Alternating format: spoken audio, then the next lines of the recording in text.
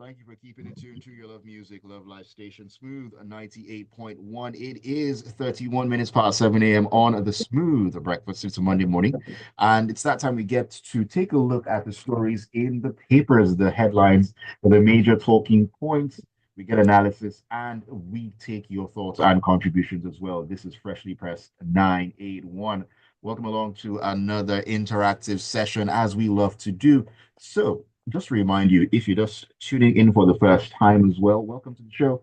WhatsApp platform to send your messages to remains 0809 444 0981. 0809 444 0981. Also, join us on the live stream out there on YouTube and leave a comment in the chat box for us. We'll take them. Smooth 981 FM Lagos. Smooth 981 FM Lagos. Those are the ways you can join us on the show this morning. Like I said, analysis is to come, and giving us that this morning, Mr. C and AB Bozimo are with me on the show. Good morning to you, gentlemen. Great to have you in a new week. Good morning, Mr. C. Good morning, Sir Ayo, and good morning to all of the wonderful listeners out there. Let's make this a money-making Monday. Good morning, AB. Good morning, Niles. Good morning, Lagos. All our listeners all over the world. Let's get cracking. That's right, all our listeners all over the world. You can listen to us on your favorite streaming platforms, all your favorite radio streaming platforms. You can catch us there and keep up with Freshly Pressed and all of the other amazing shows right here on Smooth 98.1. All right, let's begin our journey this morning in the Punch newspaper, talking about JAMB, UTME, and so on and so forth, Mr. C. Let's do this. Now, thousands of candidates who sat for the 2025 Unified Tertiary Matriculation Examination are set to file a lawsuit against the Joint Admissions and Matriculation Board following widespread complaints of technical glitches and incomplete questions that allegedly marred the exam. Now, just to recap here, just last week, JAMB announced that over 1.5 million out of the 1.9 million that sat this year's UTME scored below 200 out of the total 400 marks. Mr. C, looking at what's going on here now, a number of people are set to sue JAM over this one. Now, from where I'm sitting, it's one of two things. Either these technical issues and glitches caused the widespread failure, is what we're going to call it, or we have a very serious problem on in our educational sector on our hands, looking at those numbers. We're looking at this story, Mr. C, and from a legal perspective, give us your input. Okay. Thank you, Ayo. So let's go back in time. The computer-based testing started in 2015, if I'm correct. Yeah. And every year there has been an issue. In 2023, it was horrible because JAMB introduced new software which completely wrecked candidates. Now, where am I going with this history lesson? This is not a new occurrence. This is just the latest episode in a recurring season of issues with JAMB exams. Now, let's look at it critically.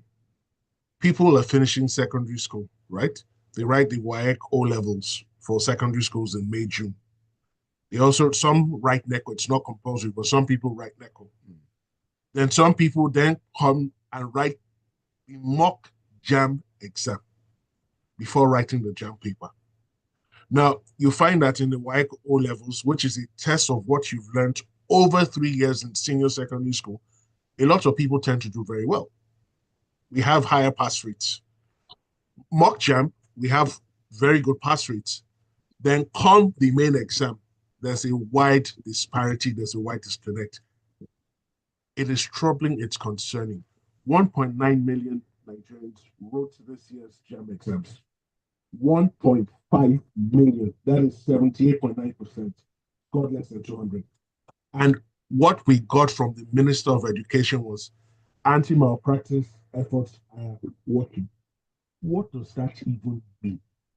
In any proper environment where you have students failing in such high numbers, there will be a probe. They would have to investigate a number of things. You would have to investigate the curricula.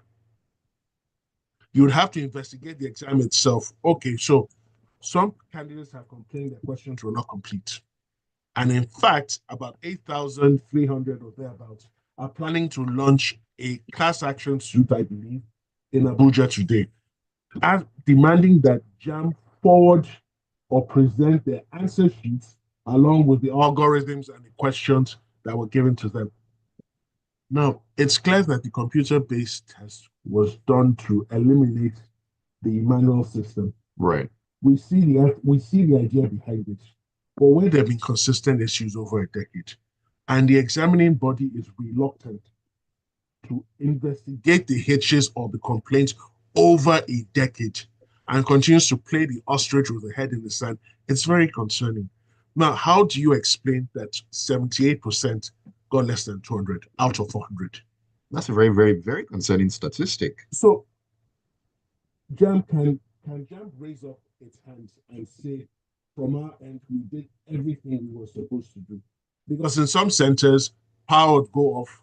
When the power comes back on, some candidates allege you're giving a set of questions.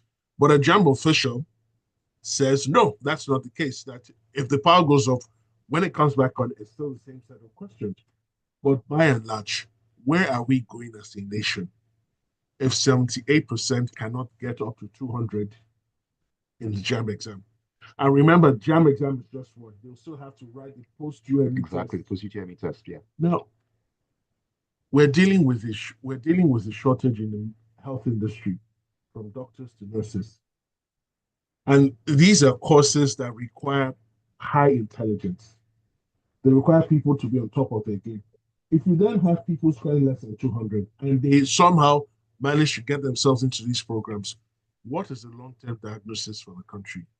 Let's go to architecture. Let's go to quantity surveying. Let's go to estate surveying. Let's even go to law. Let's go to electrical engineering. And the list goes on and on. How do we get standards back up? Yes, education has suffered over the years. It's crystal clear, even to the blind. Is there going to be any sincere and honest review, not just by the Ministry of Education, but even by the state government, by schools, to understand where is this coming from? How do we address this? How do we repair this? Because taking the body language of the Minister of Education, I'm not sure they're going to do anything. Because if he's saying that it shows that effective anti-malpractice efforts by JAMB are working, what does that mean? It's an important thing to them. Eliminating malpractice about ignoring all the other important aspects that need to be dealt with. So wait, how many people really will cheat in an exam? Will you get up to 30% of the candidates cheating? Highly unlikely. What is more concerning is that your Minister of Education, things are falling apart under your feet. And you're not addressing the matters. Rather, they keep on opening schools. Now they want to open a federal university in Badagry. And I'm like, for the love of everything good under the sun, what does that mean? When you open the school, who are the spirits going to be in that school? So it goes on and on. I wish this court case will go to the end, that they will have the stamina to go to the end. Right. JAMB must present the answer sheets, the questions, and the algorithms. Let an independent assessor look at those things and determine whether JAMB is in the right or the wrong. All right, thank you for sharing those thoughts there, Mr. C. I can see AB shaking his head. I mean, that's how I'm pretty sure a lot of Nigerians have been shaking their heads ever since these results came out. I mean, I say we can walk and chew gum at the same time. Yes, we can say that we live in a time where students are, should I say, less inclined to study and so on and so forth. But JAMB also need to raise their hands up because 10 years of consistent problems, that in itself is a huge challenge. Anyways, AB, we're sticking with the punch newspaper this morning, and they're talking matters concerning electricity. The Nigerian Electricity Regulatory Commission has ordered 9 electricity distribution companies to compensate bad A customers living in 557 streets across its franchise areas for failing to meet the minimum power supply requirements mandated under the new electricity tariff regime. Now, bad A customers refer to a category of electricity consumers who receive at least 20 hours of power supply per day as the highest electricity tariffs. I can go on and on, but AB, please do take over this one. Band A represent people who are supposed to receive 20 hours, not that they receive, as this story clearly tells us. What I'm happy about in the story is that there appear to be consequences. Somebody has been taking notes, records must be available. I mean, you either have power or you don't.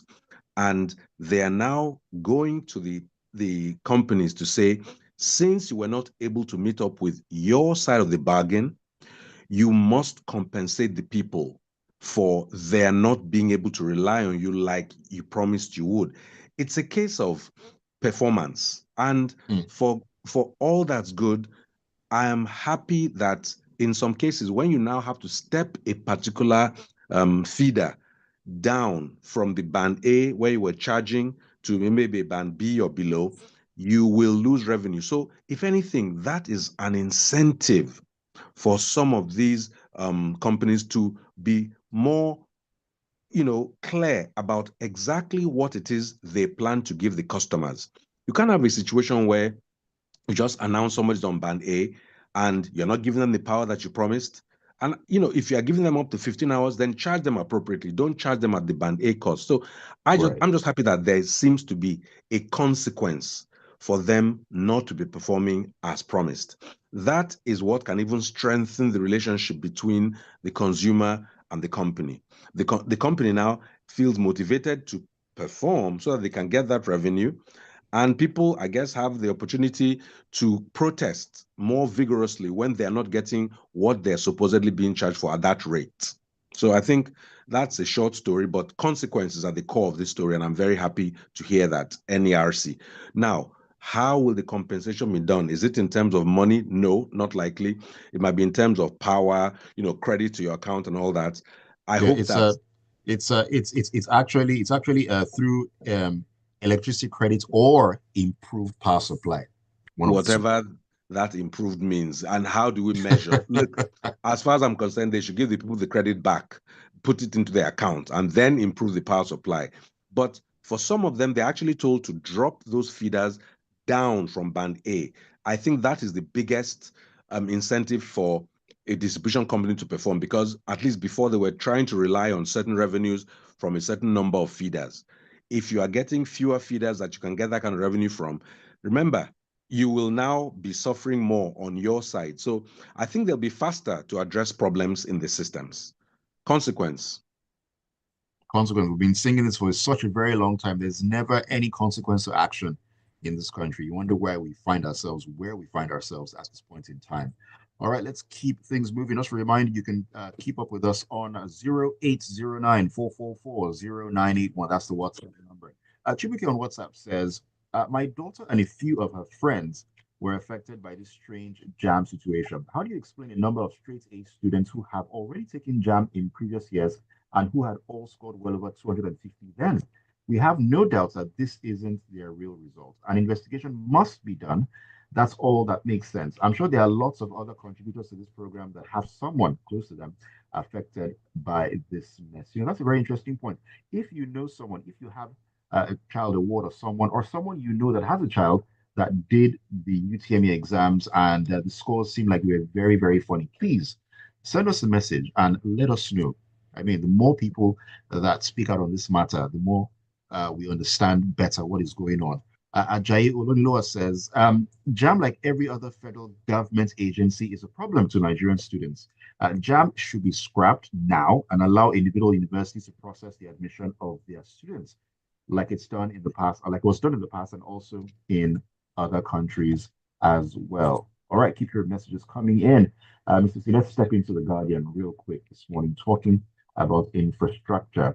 Now, this says, very soon, Nigeria will be returning to the bond market to raise a fresh 300 billion naira through its upcoming Series 7 Sukuk, a Sharia compliance financial instrument aimed at attracting ethical investors. Now, between 2017 and December 2023, the government raised over 1.09 trillion naira from 6 series of Sukuk, and this was invested in the construction or rehabilitation of roads across the country. Now, so far, according to the Director General of the Debt Management Office, as the DMO, Ms. Patience Oniha, over 4,100 kilometers of roads and 9 bridges across the 6 geopolitical zones and the Federal Capital Territory have either been constructed or rehabilitated. But Mr. C, I mean, taking a trip through many Nigerian highways, especially those in the southern part of the country, at least where we are, it shows that the roads are many highways to hell.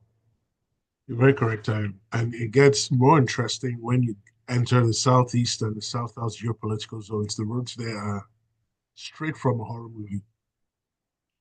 Even the north central, people have been trapped on the roads for more than 18 hours, 24 hours. Of course, you will find some comedians sitting down somewhere on the mainland of Lagos, typing on their phones that all the roads are good, the administration is working. That is not the reality. That is simply not the reality. Now, they want to raise a fresh 300 billion Sukuk bond. Now, I must say that they've used the previous ones very well. And an example for everyone is the Marina to Ademola de Tokumbo stretch. That was a Sukuk bond, and you could see the quality of the work done. Now, beyond all of this, there is a very germane question. The cost of road construction in Nigeria is crazy. For the quality we're getting. No, before we get to quality, let's even deal with it. So the Lagos-Ibadan Expressway, let me put this in context.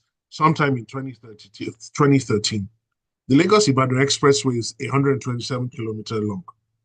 The government at that time awarded it for 167 billion naira. Now, at that time, 167 billion naira would get you about $1 billion US. Now, what that meant was that the cost was at least 400 million per kilometer. In that same year, ECOWAS awarded a contract for the Lagos-Abidjan Road Project. Now, that road project is 1,028 kilometers. That is 8 times longer than the Lagos-Ibadan Expressway. And the maximum price of that project was 240 billion. So something 8 times longer. So the cost per kilometer was 234 million. While the Lagos-Ibadan Expressway, the cost per kilometer, 1.3 billion naira. How do you start to explain that? Of course, the spin doctors will tell you have to take into consideration the soil type, the environment where the road is to be constructed, that they have to do some things before they can actually stop the road, clearance and all of that. But that is neither here nor there. We all know how contracts in Nigeria go, especially road contracts. In some cases, they never performed. In some cases, where they're performed, it takes only the first rain to reveal the nonsense that was done. Now, it's not about raising the money. When you raise the money, how many roads can be impacted? We have a road network about 140,000 kilometers that needs urgent attention. Right. The World Bank says we need about $3 trillion over the next 10, 15 years to get our road infrastructure up to decent or average. After all the huge amounts that have already been spent up until this point. $3 trillion, not 3 trillion naira. Now, the federal government, in its wisdom, decided to pursue the Lagos-Calabar Coastal Project, even when everyone was crying. This is not a priority at the moment. Address the existing roads that need fixing. Now, what was the budget for roads this year? 1 trillion. What is that supposed to do? Given the cost of constructing roads in Nigeria, what is 1 trillion supposed to do? So there are many questions we're not yet ready to answer. There are many questions we don't want to face. And sadly, we'll continue to raise money. We'll continue to scratch the surface. This 300 billion will barely scratch the surface. There are a number of roads all over the country that are bad. The only places that seem to have very good roads, surprisingly, Northwest, the Northwest, and I'll say parts of the Northeast. Now, it begs the question, the governors in those states too, we can't absolve them completely. You say you're trying to grow your economies, you want your states to develop and all of that. So sadly, we're here. Let's hope in vain that something changes.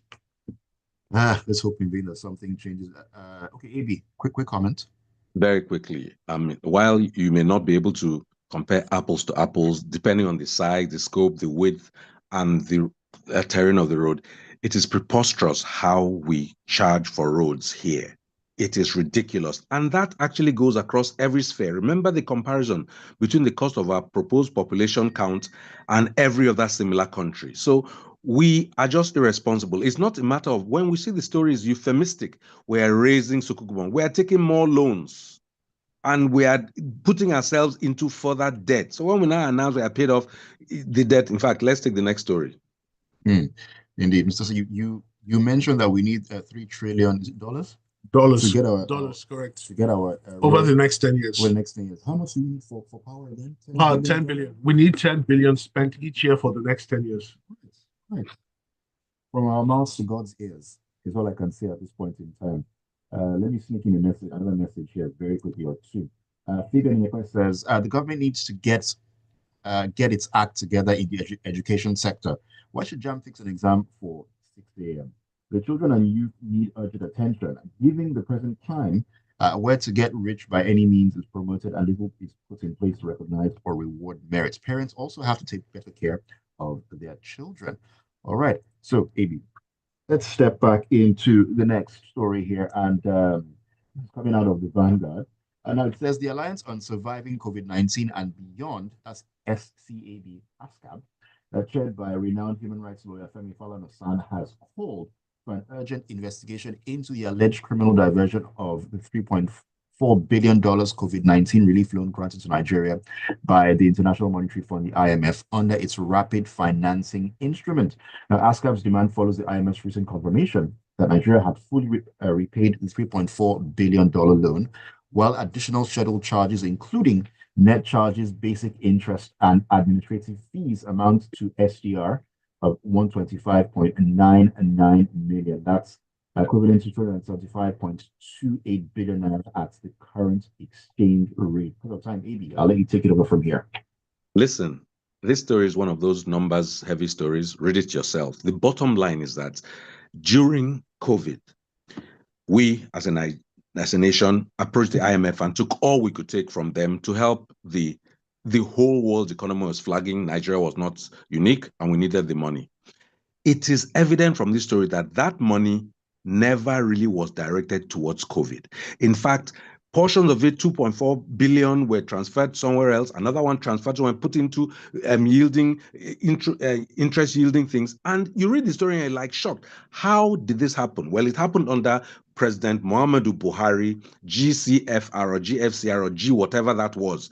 He was in charge, and this was a testament to his utter ineptitude when it came to financial things. Or setting that aside, there's a last line in the story. Femi Falana says the board of the IMF should probe why the money ostensibly given to Nigeria to help during that crisis was not used for, because look, like it or not, if you're giving a loan to somebody, if somebody comes to you for urgent 2K, well, maybe a bit more than urgent 2K. I think this amount is a bit more than urgent 2K. But if somebody comes to you and says, give me X number of millions or billions, as the case may be, surely there is a paper that accompanies it is for X, Y, Z.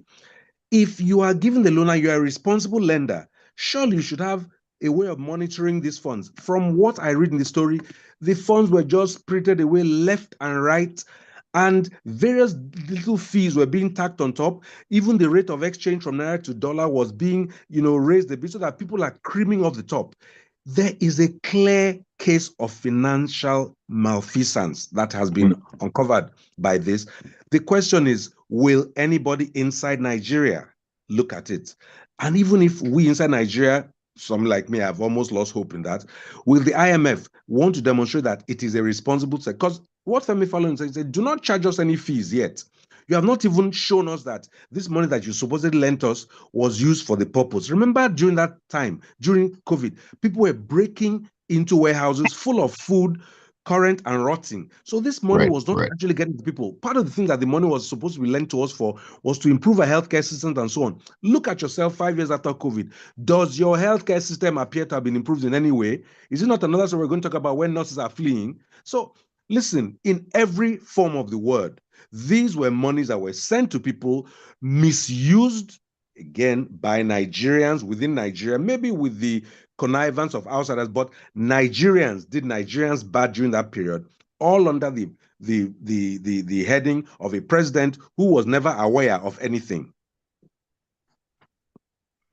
All right, AB, let me take a message or two very quickly so that I don't have too many at the end of the day. Rexy in Surulere says, it's instructive to note that 70% of the 1.5 million that failed scored between 40 and 50%, according to JAMB. Now, that says we have a serious problem with just below average students. We need to put in the work to get a significant number from being below average to above average.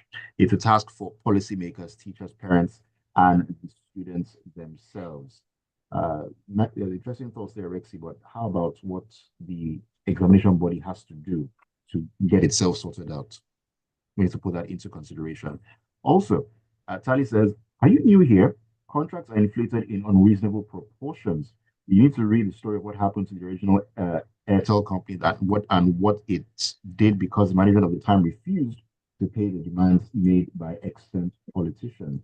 Interesting. Shayton Lecky says, my daughter wrote the last UTME exam. The result wasn't hers at all.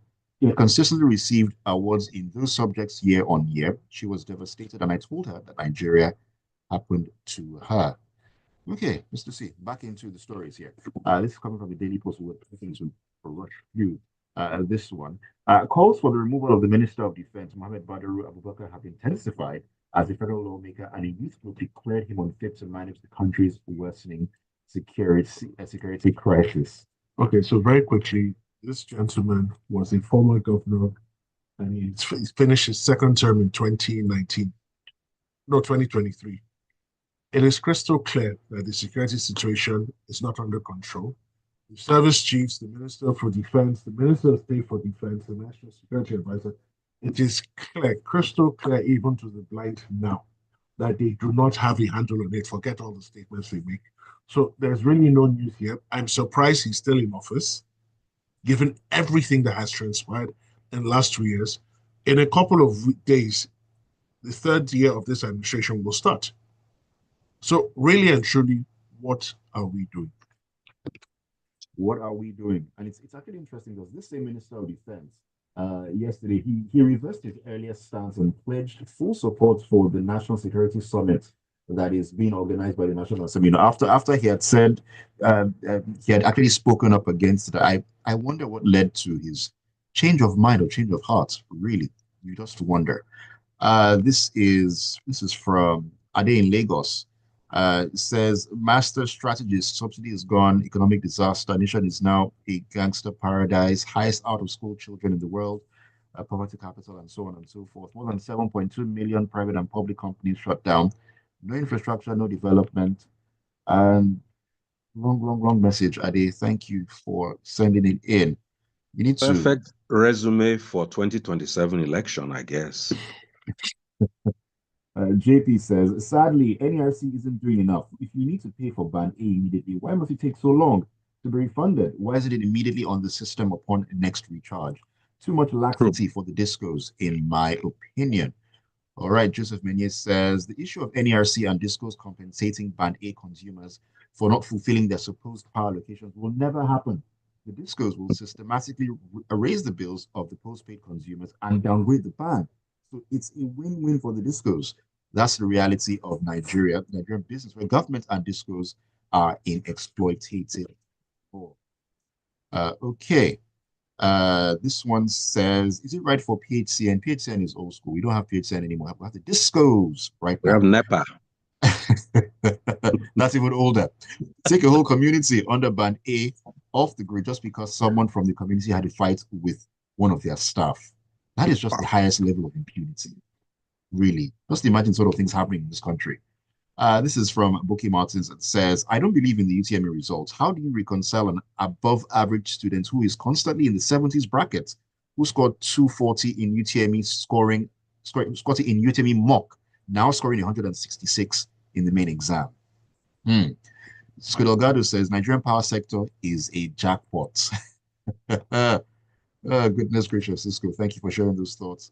And thank you for all the thoughts and all the messages this morning on Freshly Pressed. Thank you to you, Mr. C and AB, for joining us and, of course, giving your perspective on the stories.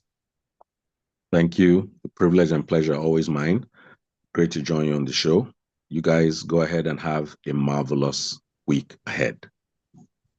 Thank you for having me on the show. Thank you, AB. Thank you, Aya. And let's just go out and do what we do best.